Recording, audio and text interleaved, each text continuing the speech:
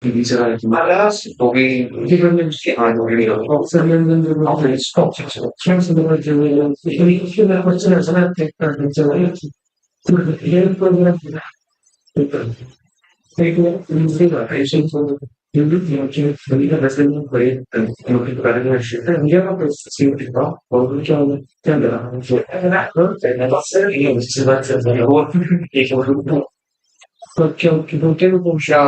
Jai Hind dosto, welcome to the session for today. And as a part of economic series in which we were discussing the economics part, uh, today's topic is again very crucial for your examination, that is poverty and inequality. इस पर भी अगर आप check करो, every year they are putting up the question from this topic. It's a macroeconomics topic जहां पर हमें समझना पॉवर्टी मेजर कैसे की जाती है, राइट? इनइक्वालिटी क्या होती है और इकोनॉमिक्स में इनइक्वालिटी को मेजर कैसे किया जाता है, ये टर्म एक लॉरेंस कर्व है और फिर वहां से वी डिराइव गिनीज कोएफिशिएंट, उस पर भी क्वेश्चन आने के काफी चांसेस रहते हैं। रादर ये टॉपिक अगर मैं बताऊं ज्योग्राफी में भी किसी टाइम पे, मतलब it's a part of economic geography also, right? So we need to understand about the poverty, how we measure poverty.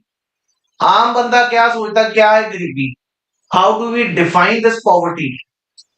किसी टाइम पे होता था सिर्फ रोटी कपड़ा मकान, कि भाई ये तीन चीजें। जब हम बात करते हैं पुराने बॉलीवुड की भी, तो वहां पर हम यही बात करते हैं कि रोटी हो, कपड़ा हो, मकान हो।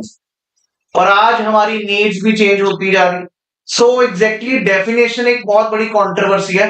What exactly, how do you come to know what is poverty? और उसी चक्कर में सरकारें भी कई बारी डिफाइन नहीं कर पाई पॉवर्टी होती है। Same thing in the case of the world bank, through the world bank भी डिफाइन करता पॉवर्टी को, वो चीज समझ नहीं आई। और फिर उसके बाद हमें समझना है इनइक्वालिटी को ही, वहीं से कहीं ना कहीं कॉज क्या पॉवर्टी है, और वो चीज समझने के लिए we need to understand that part. The topic is really very relevant for you to understand exactly what is poverty and inequality, and these are the topics of economics. हमें लगता है इकोनॉमिक्स सिर्फ ये गणित, maths, mathematically repo rate, reverse repo, that is also part, but these are the topics also, because the government has to control the economy and they have to make sure that the poverty is controlled. उस चीज को समझने के लिए we need to understand the poverty, right? So let's begin with the session. पहले तो दोस्त poverty line, हाँ जी, पॉवर्टी को डिफाइन कैसे किया गया? थ्रेशोल्ड इनकम, हम अगर बात करें, हमारा एक आम कॉमन सेंस की हम लैंग्वेज कहेंगे कि एक मिनिमम इनकम जिससे we can satisfy our needs, that is what we can say. उससे अगर नीचे हो तो वो पॉवर्टी है, right? So households earning below its threshold are considered poor. Different countries have different methods for defining the threshold income depending on the local socio-economic needs. किसी को गरीब लगता है, यार अगर हमारे पास मारुति है, हम गरीब हैं in comparison to somebody else who is having a Mercedes or BMW, right? So it's all about relative term. यही चीज अगर मैं यहाँ पर बहुत अच्छा स्टैंडर्ड ऑफ लाइफ जी रहा हूँ, लेकिन मैं जैसे ही किसी दूसरी कंट्री में जाता हूँ तो वहां पर आपको लगेगा मे बी आई एम गरीब. Clearly, so it's basically relative term, right? I'll definitely come to the topic which is again for your paper. Actually, हमारे poverty measure is on the basis of consumer expenditures. Service of the National Sample Survey Organization (NSSO) measure करती है. Poor household is defined as an who's having expenditure. इस basis पे हम measure करते हैं. अभी बात यही करेंगे. Food intake से तीन चार अलग अलग definitions रही हैं, वो चीजें हमने कमेटीज चेक करनी. यहां से क्वेश्चन रेगुलरली आ रहे हैं, ये तीन कमेटीज अपने को डिस्कस भी करनी. I will show you the questions also which have been asked by UPSC on these topics. Report पूछी गई है, राइट, तेंदुलकर कमेटी के बारे में. उसके बाद multidimensional poverty index, dimension poverty, all these are the recent question which have been asked. ये macroeconomics का ही पार्ट है और आते हैं क्वेश्चन. क्लियर है? अब अगर बात करो अगला पॉवर्टी लाइन, सबसे पहले अगर बात करें भारत में पॉवर्टी के बारे, प्लानिंग कमीशन ने बनाई थी पॉवर्टी लाइन. उस समय इन्होंने रखा था सिर्फ कैलोरी इनटेक. यहां पर कभी कह रहे हैं जिसके पास घर के पूरे एक फैमिली के पास कितना पैसा है जिससे वो खर्चा कर पा रही है डेली का। क्लियर है? उसके बाद अगर बात करूं, planning commission was the agency which was for this estimation of poverty. Now how do we understand this poverty was created by planning commission in 1970s। Clear है नहीं? उस समय मैंने क्या कहा, मिनिमम अगर 2400 कैलोरीज किसी के पास है इनटेक में, मतलब वो खा रहा है 2400 कैलोरी, वो पुअर ही नहीं है। 2100 कैलोरीज अर्बन एरिया में, 2400 कैलोरीज रूरल एरिया में। पर बंदा अगर किसी के पास 2400 कैलोरीज उसके पास अवेलेबल है, he is able to eat the food which is having 2400 calorie above, he is a rich person. So that was a very vague definition. If you also see, कुछ लोग तो डाइटिंग कर रहे होंगे, वो पुअर थोड़ा हो गए। और वैसे अगर हम समझ पाए कि 2400 calories, that is not a right, because कहीं पे तो फ्री के लंगर भी लग रहे हैं हिंदुस्तान में, तो वो भी सुबह से लेकर शाम तक। कहीं आपको शायद जान के हैरानी हो, विदेश में कई लोग जाके वहां पे गुरुद्वारे में जाके खाना खा के वहीं से सेटिस्फाई होकर they are working. And even in your places you will find people go to the temples and the gurdwaras and have a food, तो वो पुअर भी नहीं रहे। Let's understand exactly. सबसे पहली कमेटी, ये कमेटीज के नाम ही याद रखिए जो पेपर में आने हैं।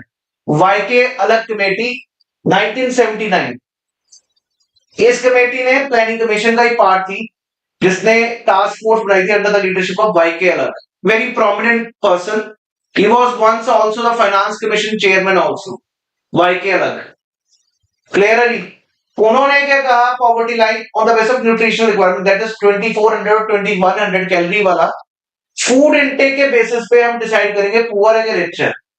क्लियर है नहीं?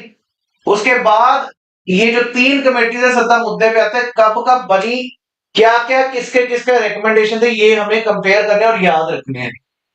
सबसे पहले अगर मैं बात करूं तो वो है लकड़ा वाला कमेटी, याद रखिएगा ईयर 1993, लिख लीजिएगा लकड़ा वाला कमेटी 1993। इसने किस बेसिस पे, कैलोरी कंजम्पशन पर बनाई थी, कैलोरी कंजम्पशन के बेसिस पे, वही जो 2400 2100 याद रखना।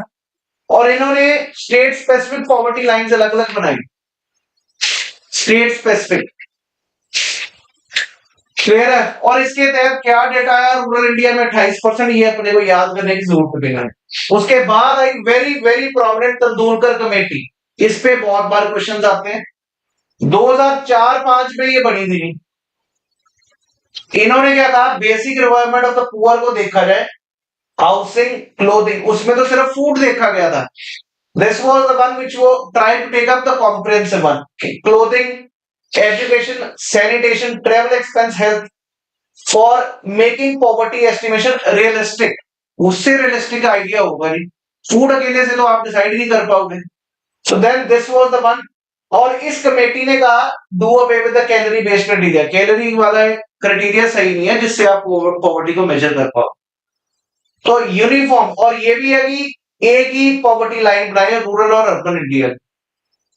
देन स्टिपुलेटेड अ बेंचमार्क, इसने किस बेसिस पे दिए, अगर किसी के पास दिन में एक बंदे के पास 27 रुपए हैं, ही is a rich person, not rich again, he is not a poor.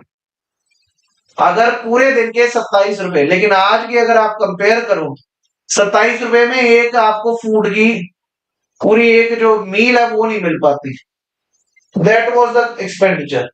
और 33 रुपए इन अर्बन एरियाज, उस बेसिस पे इन्होंने पॉवर्टी लाइन निकाली। Am I clear to you? Next one was, Tendulkar committee ने भी ये निकाले कितने पुअर रूरल इंडिया में, आप उसके बेसिस पे भी चेक कर लो, 41.8 are poor. Am I clear to you? ये भी समझ आ गया जी। पहली कमेटी कौन सी हमने पढ़ी अभी, लकड़ा वाला committee, calorie consumption 2400 2100।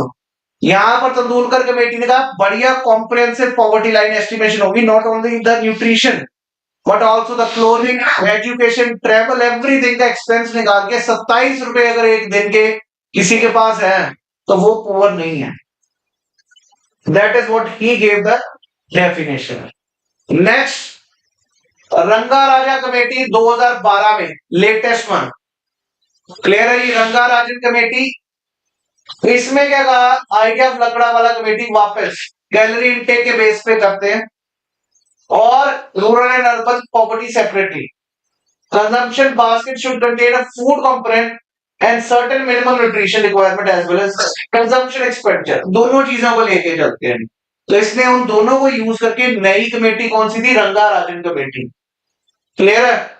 Non food items like education, clothing, conveyance, house rent besides the residual set of behaviour determined on non food expenditure.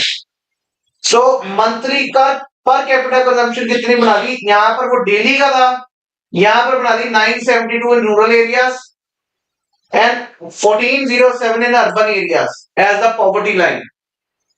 Is everyone clear? ये भी याद रखिएगा जी। Assuming 5 members for a family, this will imply अगर monthly 4860 रुपए हैं किसी के गरीब, किसी के पास गांव में, he is not a poor। अगर 7035 रुपए हैं अर्बन एरियाज में, he is not poor। और डेली के हिसाब से 32 रुपए, 27 से बना दिया 32 रूरल में, 47 अर्बन एरिया में। Is everyone clear? इसमें हमने टोटल परसेंटेज नहीं, ये समझ आ गया। Ranga Rajan was committee which included both, so that was the thing which is being asked by UPSC in your papers. एक और आपके करंट अफेयर में हर बार आता है मल्टी डिमेंशनल पॉवर्टी इंडेक्स। अगर आप करंट अफेयर्स लगा रहे हैं, आज से शुरू होंगे जी करंट अफेयर्स बहुत thoroughly, we will be discussing the current affairs part in the coming time. Right, एक सेकंड रुकिए।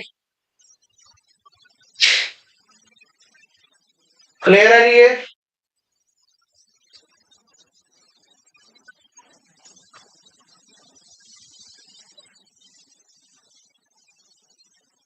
बात है।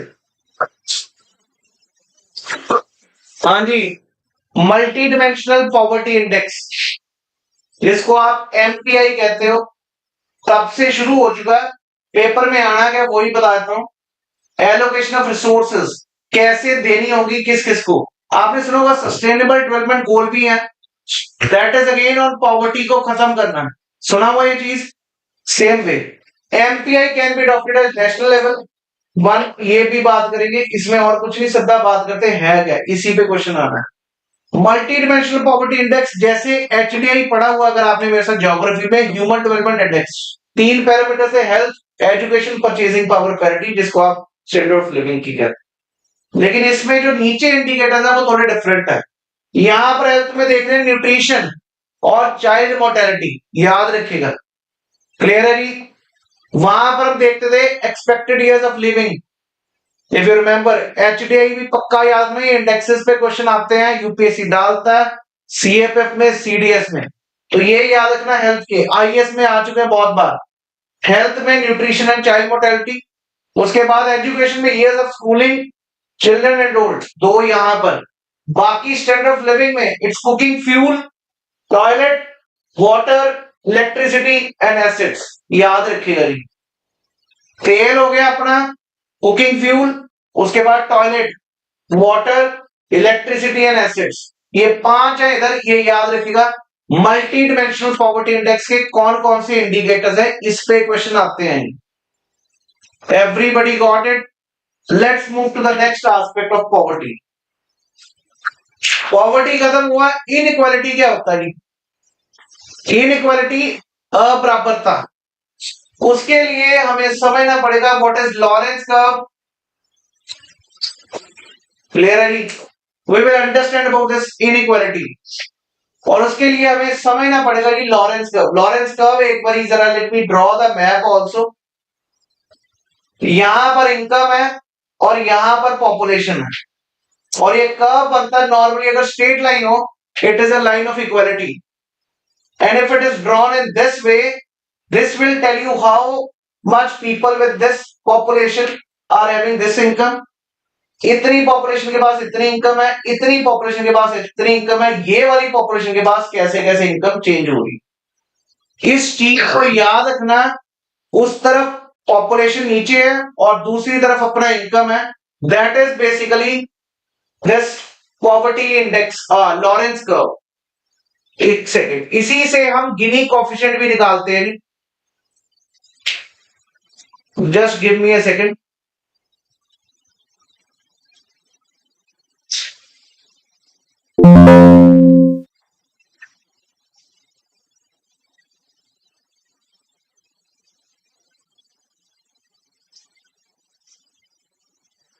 एक सेकंड में पीपीटी डाल दूं, फिर we can discuss it for.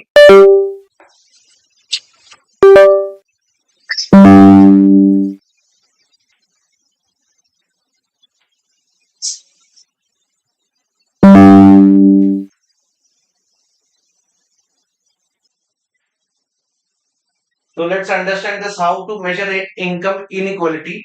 So there is a Gini coefficient जो लॉरेंस कर्व से derive होता है. इस पर क्वेश्चन आने के काफी चांसेस रहते हैं.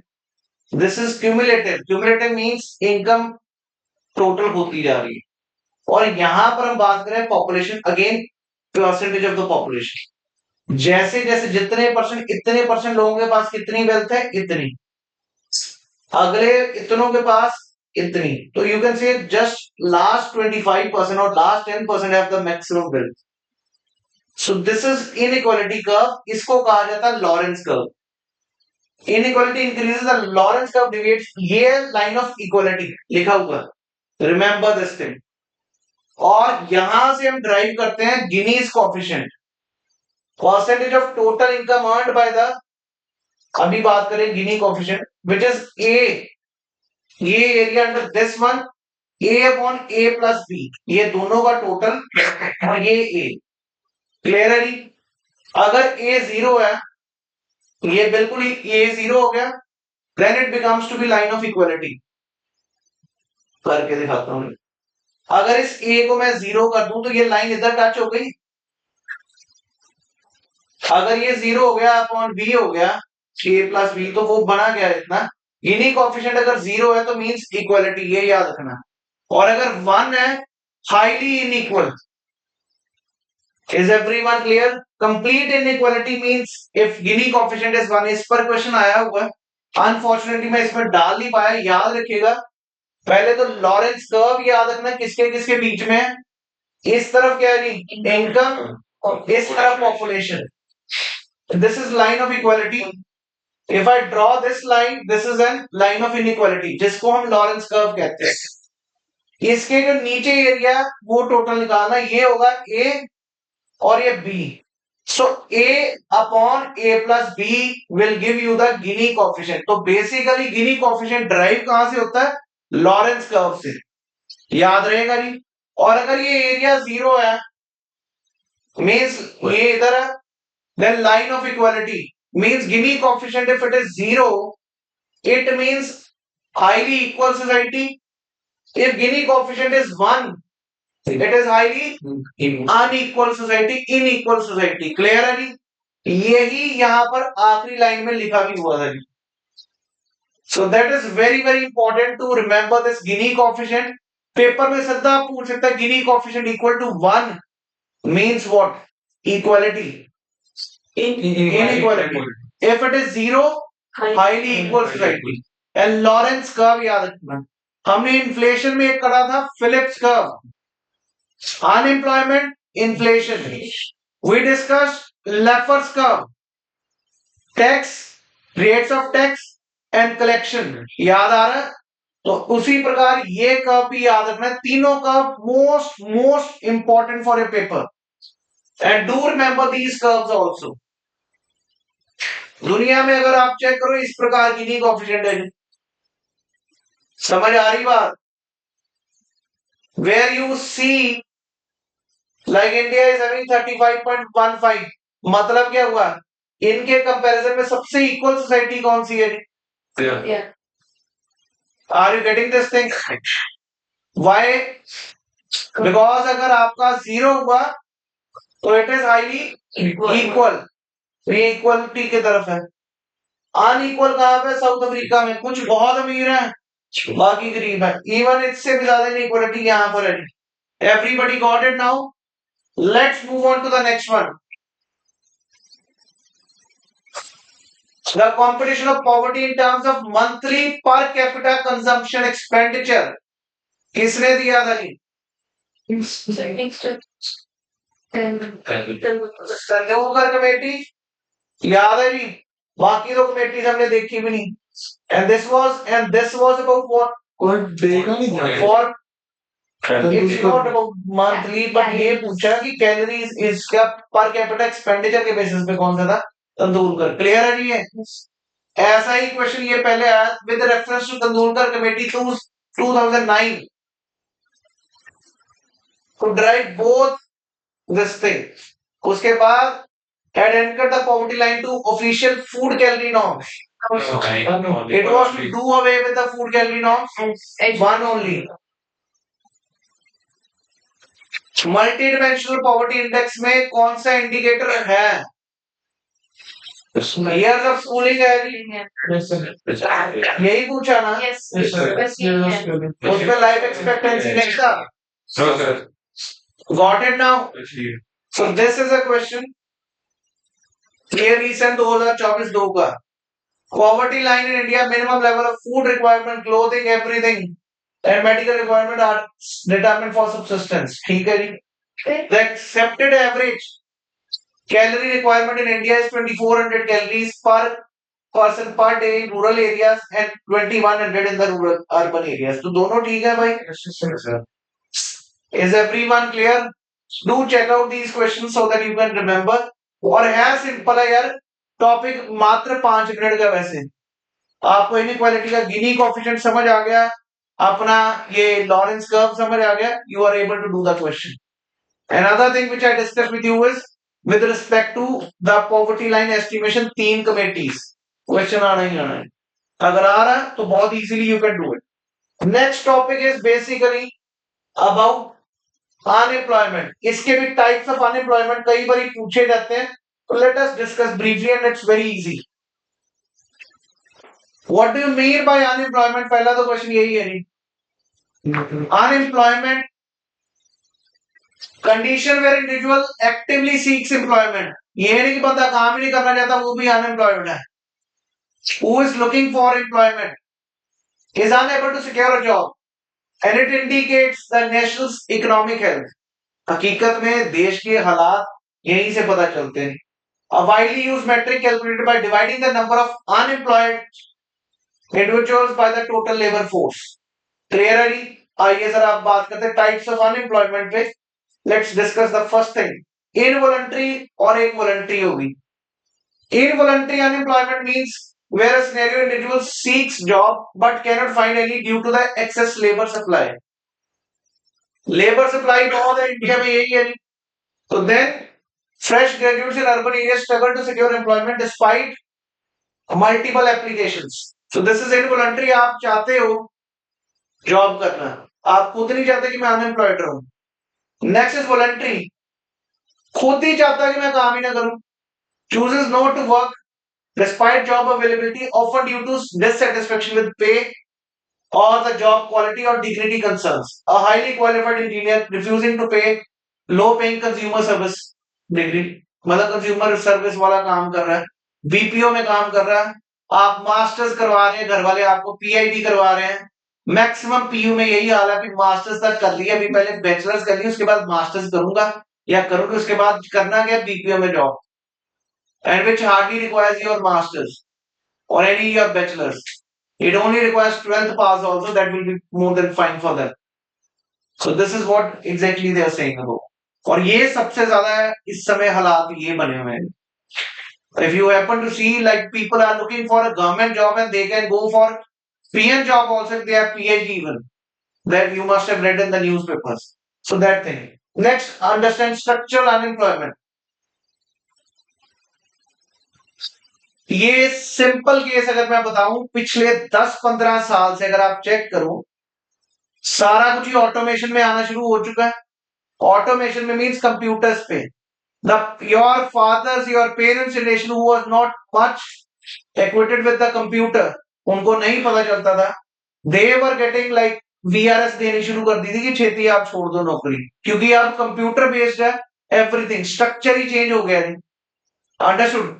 When there is a change in the structure, skill sets जो नए चाहिए और पुराने skill sets नहीं काम के, then unemployment is structural unemployment. और आज का जो दौर है ये यही चल रहा है. The things are changing very fast. You have to get updated according to the requirement of the job. So that is what we call it as structural unemployment. Factory workers lose jobs due to automation in manufacturing and आपको जान के बना के डाला जाएगा question. अब AI आ गया, people will lose the jobs, ये बार बार न्यूज में कल परसों फिर से आया था। Why so? Because AI based jobs होंगी, अगर होंगी तो लोगों को अभी तक एआई का स्किल नहीं है, या एआई से ऑटोमेशन हो जाएगा नहीं, so people less people will be required. So structural unemployment clear है जी। सेफ एग्जांपल मेरे को याद आता, बैंक में कोई नौकरी करते थे, जब खाते में सिर्फ पेन से पैसे रखे जाते थे, सारा कुछ पिछले ये 10-15 साल में सब कुछ ही computerise. The one who could not adapt to it, they have to leave the job. So that is structural unemployment. Seasonal unemployment, specially hill station, जहां पर टूरिज्म बेस्ड इंडस्ट्री है, या इवन एग्रीकल्चर में भी हो सकता है। सीजन आएगा तो काम है, जैसे ही सीजन खत्म है there will be no job, so that is seasonal unemployment. Affects workers in industries with seasonal demand, leading to temporary joblessness and during off seasons. Am I clear to you? This is what we call it as seasonal unemployment. Let's move on to the next one, cyclical unemployment. इस समय ये हो रहा है जी, economy कभी भी ऐसा नहीं हो सकता कि इकोनॉमी ऑटोमेशन मोड पे अभी सीधी ऊपर ही राइज ही करती जा रही। Everywhere in your life, in economies, up and down, this roller coaster will happen. ये साइक्लिकल यही है, अभी अचानक ही डाउन स्लोप है, रिसेशन आ रहे हैं, तो naturally there will be lot of layoffs. आप पिछले 2 दिन, 1 साल के नजर में आप अगर चेक करो, there were lot of layoffs. उस चीज को कहा जाता है economic downturns, when business lay off workers during recession and rehire them during recovery plans, layoffs in the retail sector during economy slumps. Clear है? Recently आपने सुना होगा कई कंपनीज ने, अमेज़न ने छोड़े हैं एम्प्लॉयज, काफी निकाले हैं, आईटी कंपनीज ने छोड़े हैं। There can be different types of unemployment in the one unemployment also, but reasons can be different also. Next is disguised unemployment. Most asked type of unemployment is disguised. Especially agriculture में ये होता है, बंदे चाहिए 4 काम के, रखे हुए हैं वहां पर आपने 6, वो जो 2 हैं वो हैं तो सही, पर उनकी marginal productivity 0, because requirement was of 4 and employment is given to 6. The 2 people who are there, that is disguised unemployment, because their marginal productivity is 0. ये word याद रखना, marginal productivity, where excess workers contribute little or no additional productivity. For example, multiple interns in an office duplicate tasks that do not add value to operations. That is disguised unemployment. Next is frictional.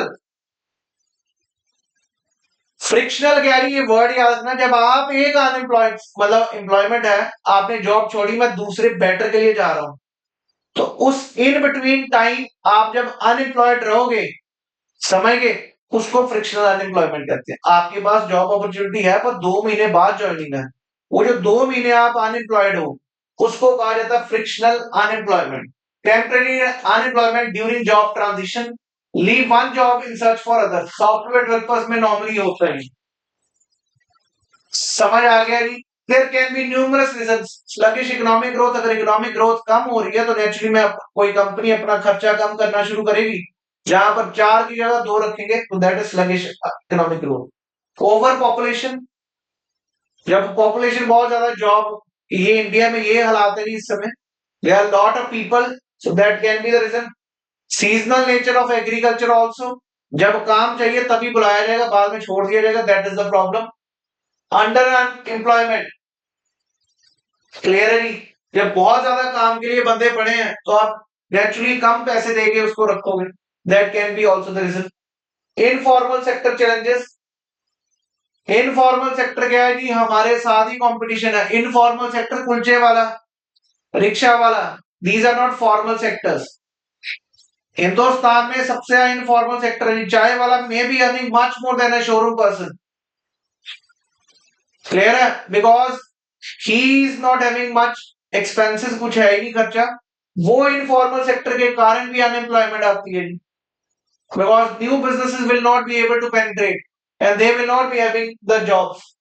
Workforce जैसे gig workers operates in unorganised sector with low wages and poor job security. Gig worker समझते हैं जोमेटो, ये जो है अपने Blinkit, ये सारे जो मोटरसाइकिल वाले जो अपने delivery man, they are gig workers. उनको भी अभी प्रॉपरली इस बजट में कुछ अनाउंसमेंट भी हुए, gig workers will should also be treated as a workers, wages के बारे में ये सारी चीजें रखी गई। दीज पीपल क्लियर है। Under performing service sector also, flawed education system, जो स्किल सेट चाहिए वो है ही नहीं, तो फिर एम्प्लॉयमेंट कहां से मिलेगी। Understood. So these are the things. Skill gaps in the emerging industries, limited accessibility, impact of automation, regional caste-based discrimination also, regional discrimination. Let's understand the UPSC's 2013 previous year question. Disguised unemployment generally means clear है, marginal productivity of labor is zero. Natural rate of employment hypothesis was advocated by, check करिए net पे और check करके बताइए, धक्के से ना मारना जी, चेक करके कंफर्म करिए।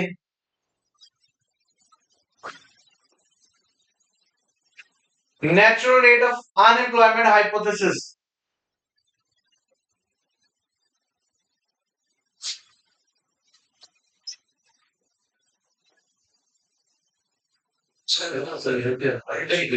मिल्टन फ्रीडमैन कितों कीन्स का मॉडल भी है वैसे आने में, कीन्स के बारे में काकड़ी तेरे को आता है, कीन्स नाम सुना है इकोनॉमिक्स में? सर मैंने पढ़ा है तो। कौन है कीन्स? सर कीन्स का डिस्गाइज सेविंग पोटेंशियल थ्योरी, उसके कीन्स बेसिकली सोशलिस्ट इकोनॉमी की बात करता है, और उसके ऑपोजिट होता था अपना father of economics Adam Smith. Next one, mismatch in the regional or occupational pattern of job vacancies and the pattern of worker availability. What will you call it as? Structural unemployment? Skill set नहीं है ना? Regional और occupational pattern है। हाँ जी, it will be structural। ये 2021 में CDS में आया हुआ है।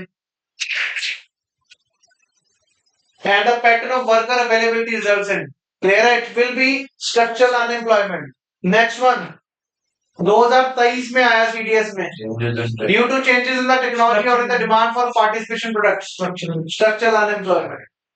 क्लियर है नहीं?